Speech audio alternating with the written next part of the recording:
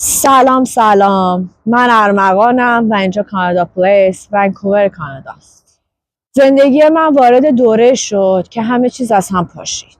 نه یک بار و نمایشی که آروم و فرسایشی. نفهمیدم جنگ که شروع شد. فقط فهمیدم من دیگه اون آدم قبل نیستم.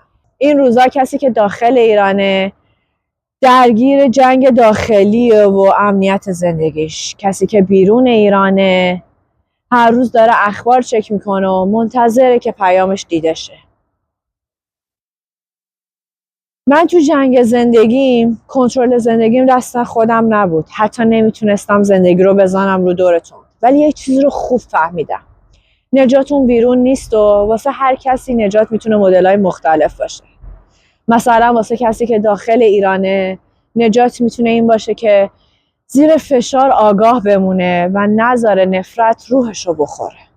واسه کسی که بیرون ایرانه اینی که نذاره نگرانی زندگیشو فلج کنه و مراقبت از خودش خیانت به وطنش نیست.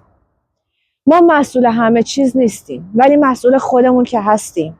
میتونیم درد بکشیم، میتونیم غمگین باشیم، اما هنوز باید قهرمانانه ادامه بدیم. ماها مثل ماهیایی هستیم که توی دریاهای مختلف داریم شنا میکنیم.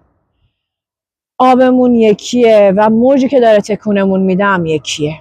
ولی اگه آگاه بمونیم و نذاریم از هم جدامون کنن، تنها نیستیم و میتونیم وسط تاریک ترین زمان هم نور بسازیم.